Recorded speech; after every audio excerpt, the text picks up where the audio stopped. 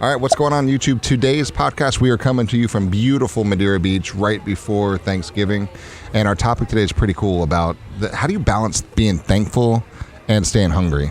So check it out. And if you haven't yet, smash that subscribe button. You'll get all the content we're pushing out. And thanks for watching. Have a great Thanksgiving. One shot, now the future is yours. Go. All right, what's going on, BE3? What's up?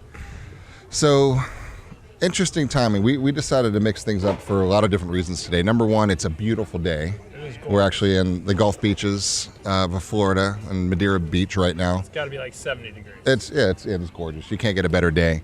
But it's Thanksgiving in 2 days. We just did a Taco Tuesday party at one of our offices. Had a good time with that, and everyone's kind of checking out into the holidays and getting into that mood, rightfully so. Right. Which kind of spurred on a little discussion banter that Puma and I were having about what is where's the right balance, and it's being thankful, being grateful, and being hungry, and not being guilty and being driven, but being respectful of the time and of the family and the needs and the balance and all that ball of guilt and expression and anxiety and excitement all rolled into one. And how do you deal with that?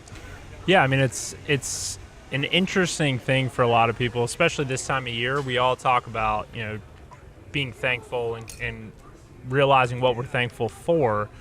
But on the flip side, I think we forget about how important it is to still balance that with hunger, right? And so for me, it's very interesting. I try and be extremely self-aware, and I'm inside my own head a lot. And one of the things I've realized for me personally is you should have brought your sunglasses. I should have, because it is very bright out here. But I revert back to this sense of gratitude and thankfulness for just about everything basic in my life. The other night, literally woke up in the middle of the night, rain is pouring on my house. It's 2:00 in the morning, and instantly in my head was, oh my God, thank God I have a roof, because right now there's someone out there that doesn't, right? But at the same time, my alarm was set for 5:15 in the morning so I could wake up early and get going, and I'm hungry to go achieve more, right? It's that balance. I want more, and I'm going to drive to keep that roof over my head, but at the same time, I'm thankful for the simple things. When I go and get water out of the refrigerator, I think we take a lot of crap like that for granted. Do you have water and a refrigerator. Yeah. Do you realize how ridiculous it is that when you're thirsty, you can get up and go get clean drinking water, and most of the planet can't? Right. It's little things like that where I'm like, okay, that's what I'm thankful for, right? And I think a lot of people will be like, yeah, I'm thankful for that too. But then it's that balancing that with this insane hunger of why we're here working today, doing a podcast today, why I'm still going to work tomorrow. There's, That's you know right. what I mean? It's that balance. And it's fun because I've got my little 3-year-old boy, and every night when we getting ready for bed, and we do our little gratitude time, right? And it's little things. I'm grateful I have hands, right? I'm grateful I have eyes. I'm grateful I have a house. I'm grateful I have a mom. I'm grateful I have this, and you just kind of go through that list, which is interesting from a 3-year-old perspective because to get that mindset going there. But it's really true. Yeah. Right? And then you figure out, like you said, how do you balance that drive? I mean, I've gotten probably more done this week on bigger deals than most other weeks because the people are still working. But that's not taking away from the people that took off 4 days ago, jumped in a car and head out or an airplane to go visit people. So what's right and what's wrong? I mean, should you feel bad for not busting it out until half a day tomorrow?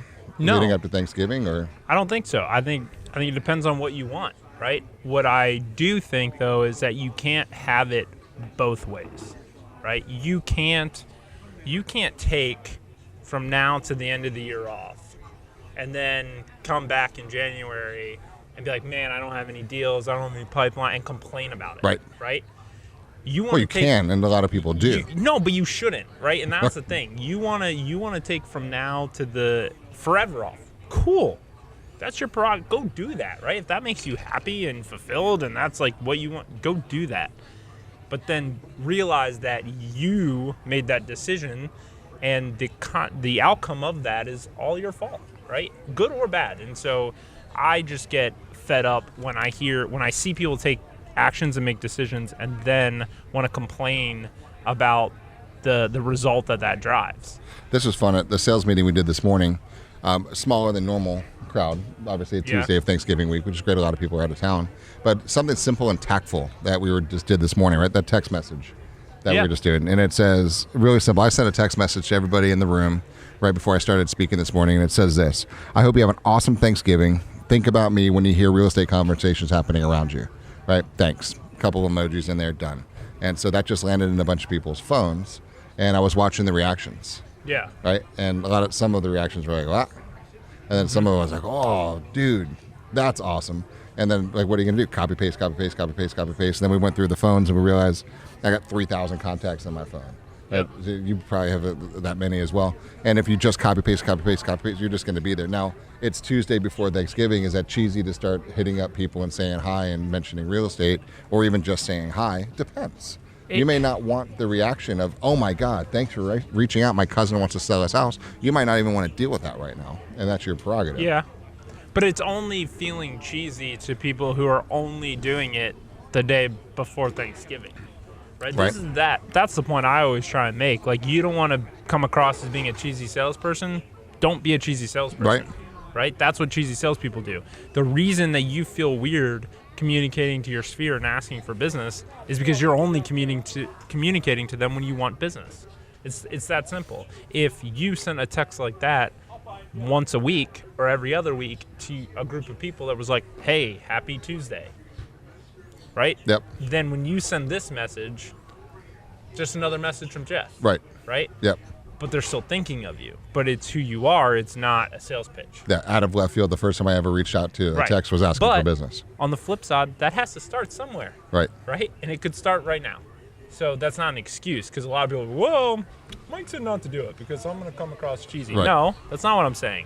The holiday is a good reason to start, because what happens on Thursday is a reason for you to touch base with everyone in your phone, everyone in your sphere, all your past clients. It's a reason to be thankful and say thanks to them.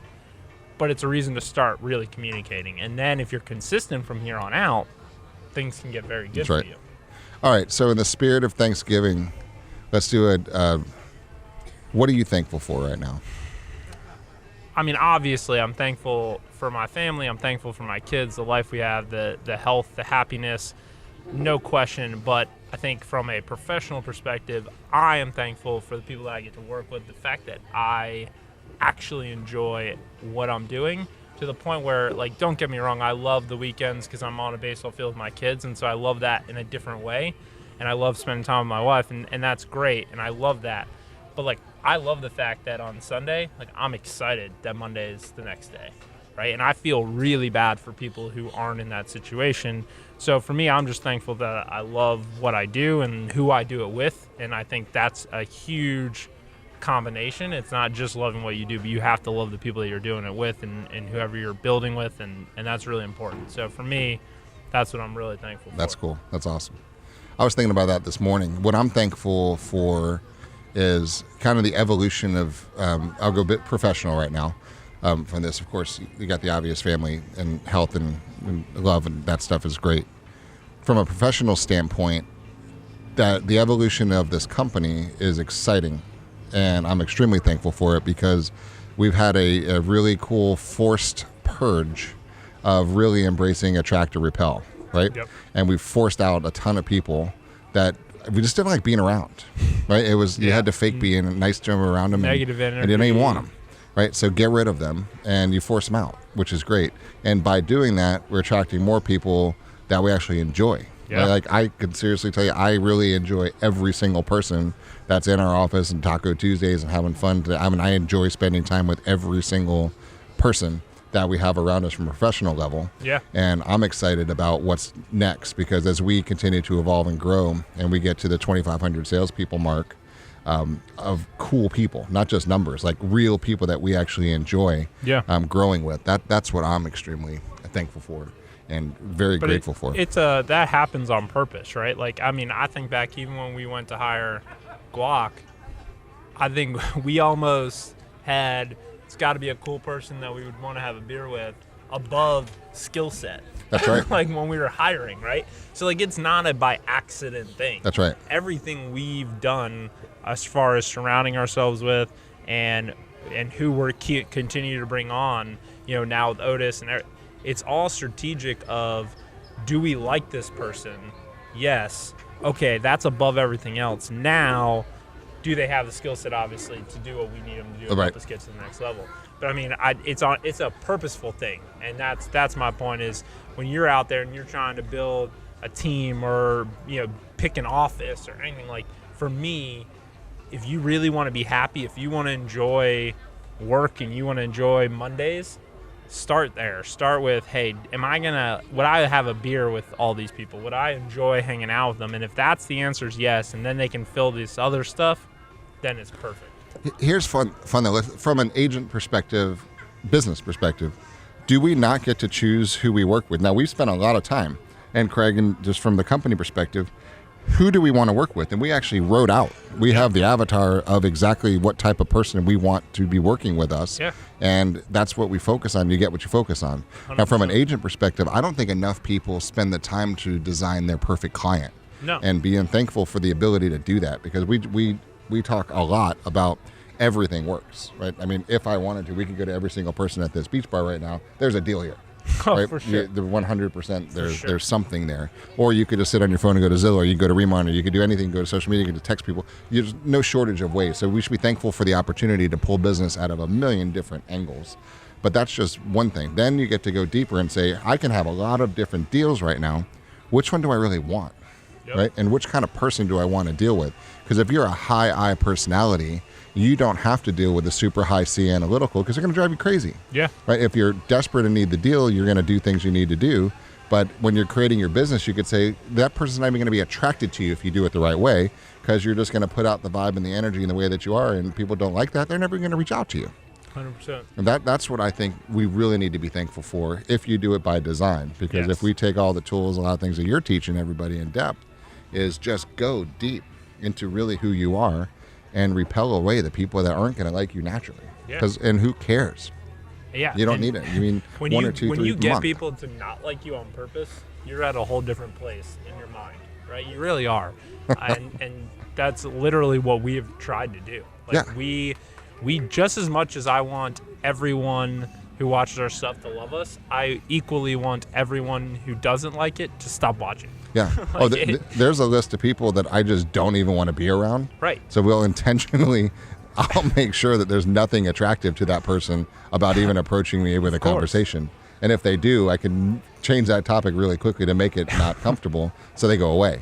And that's the fun part about the business. And you can think that's right or wrong, but that's a luxury. Yeah, and it's the way, if you want to be happy, if you want to build a business that you actually enjoy, that is literally step number one, in my opinion. It's all about who you're doing it with, and you have to enjoy that, because we spend too much of our life working. Yeah. Right? We really do, to hate it. And if it feels like a chore, you're dead. You're not going to enjoy it. And then what happens is you get tied to the outcome. It gets funny. I was thinking about this over the weekend. The Redskins finally won, but my youngest came to me. Did you even know what to do? I didn't even know what it felt like. I was confused at what the W meant next to it. No, but my youngest came to me and he goes, "Daddy, why are you a Redskins fan? They're terrible." And I said, "Yeah, you know what? They're right." But he got me to pause for a minute, and I'm like, you know what? Why am I a Redskins fan? And what I realized was because I'm not tied to the outcome. I love the process, right? I love the experience that rooting for the Redskins has given me, because it was a bond between me and my dad. It was a bond between me and my brother. It gave us something. That's the root of it. To root for, right? Yeah. It gave us something to watch. It gave us something to, on Sundays, to look forward to. It was a bonding moment for us together. It was the Redskins are the reason that I took my kids to Miami and were able to give them the experience of getting 2 game balls during the So when and nobody else wanted to go to that game. Well, that too. But the fact is, all of that, right?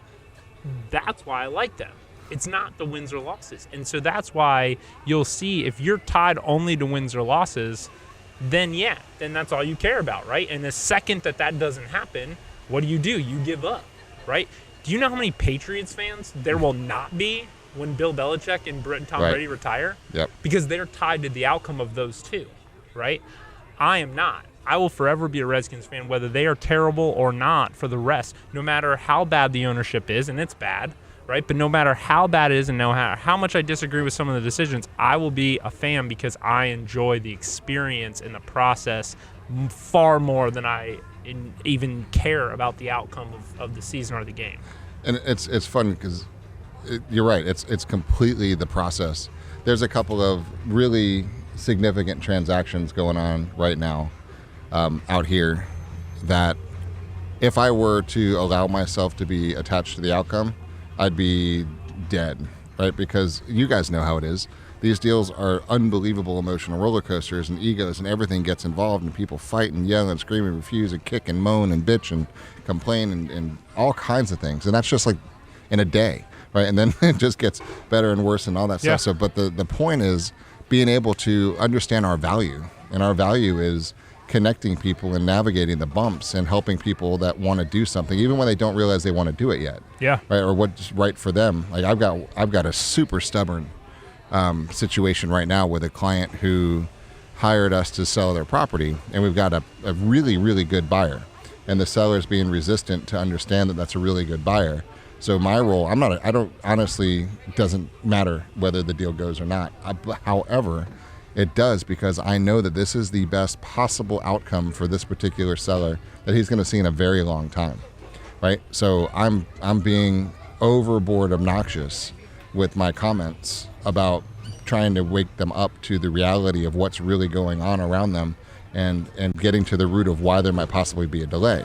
Because I don't want to sell, don't sell. But if you're not acting like you don't want to sell, you're acting like there's something else in the way, and you're ruining a potentially really good situation for yourself. That's what they hire you for. Right. They're not hiring you to be like, hey, Jeff, I'm going to pay you a percentage of transactions so you can just tell me everything I want to hear, okay? Right. That's not why they're hiring you. No. It's not why they think this guy hired you. No, and right? it's the name calls, it's the attention. Hard to hear. But he hired you to advise him, right or wrong, good or bad. Yep. Right? And that's what you're doing. I have to say, I think there's a lot of agents scared to take that approach because, like, oh, I'm going to lose a client. And you know what? And that's I know what your client hired you for. And I know I've pissed him off completely. But you're okay with doing that when you're not tied to that outcome. Right. If he called you tomorrow and fired you, you would feel good about, hey, I was honest with him and told him what he needed to hear. Right? Right. That's being in love with the process, not the outcome. Right. And sometimes you're afraid to say it because you don't want to piss them off. Say, Right. Look, you've got a hypothetical situation where you've got somebody who is willing to overpay you significantly for this piece of property that's not worth as much as you think it is in your mind. He does, and I'm not going to tell him that he's stupid right now, because he's willing to write you a stupid check. So what you need to do is appreciate the unsophisticated nature of this particular client who you are looking at as a negative. Yeah. I'm saying that's the best positive you could possibly have, is a rich guy who's not that bright is a good person to have when you're in a negotiation position against him, right? But you just got to be thankful for the ability to have those conversations and to your point, not be attached to the outcome. Because ultimately it doesn't matter. They'll sell it or they won't, and it'll happen or it won't. And there's nothing I can do about the outcome. Right. It's already predetermined. I don't even know how it's going to play out yet. Yeah. But I'm doing my best that I know is the right thing for the person who wanted me to be involved in that transaction. And that's all we do. And I don't care if it's a house or a rental or it doesn't matter what it is. Yeah. So, but it goes back to a gratitude thing about what we're lucky enough to go do. And balancing that with hunger to go out and do it. Right? It really, that's circling back. It's what this podcast is all about. Gratitude, appreciation, thankfulness, balanced by hunger and determination. It's a perfect combination. And while you're walking or looking around your Thanksgiving table today, and you're looking at all the options that you have around you, I'm going to mess up your Thanksgiving by forcing real estate into your brain while you're there, because everything you're about to touch and put onto your plate represents one of the things that actually works in the real estate business. So as you're sampling and digging in, right, find your favorite and go back for seconds and thirds of that, and then translate that back to your real estate business, because we're going to help you figure out exactly what it is that you really like, and we're going to get you to keep doing that and going back over and over and over and over and over. So your 2020 is absolutely the best year you could possibly have. So, because right now, remember what, 35 days left in the year? Yep. you're lucky to slam a couple more deals in that can close before the end of the year. But realistically, you're stockpiling for 2020 right now. So what I don't want to see happen is what we were talking about before. If you coast for the next 3 weeks, which it's super easy to do, guys, because Thanksgiving quickly rolls into Christmas. Yep. And you can blow those 2 weeks off and say, I'll pick it back up in January. But as a 45, 60-day cycle that we run in, you're going to either be a really good shape with a pipeline in 2020, or you're going to be a brand new agent trying to say, how am I going to go get business? And you're going to do it the same week everybody decides to go back to work, and it's going to be tougher. So this is the time to get out there and just do it. Not this week. Go enjoy the family. Go have some fun. But when that time comes, let's just do it. Yep, absolutely. So I hope you guys enjoyed our new backdrop, at least for today. We're just going to mix it up a little bit for you guys. And that's it. So cheers and happy Thanksgiving from us to you and to your family. And we are thankful and grateful for you because you make this fun and awesome. We love the comments. We like the shares. Love hearing from you guys for what you're watching. We got people all over the place watching this now. We really do, yeah. Our podcast is actually becoming more popular in the UK and France than it is even here in the US, which is just crazy. Which is awesome. And wait till you see what we have up our sleeves for 2020. It is, there's some strategery involved. It's very awesome, and it's a lot of fun. We might be coming to a city near you. That's true. All right. All right, thanks, Happy Thanksgiving, guys.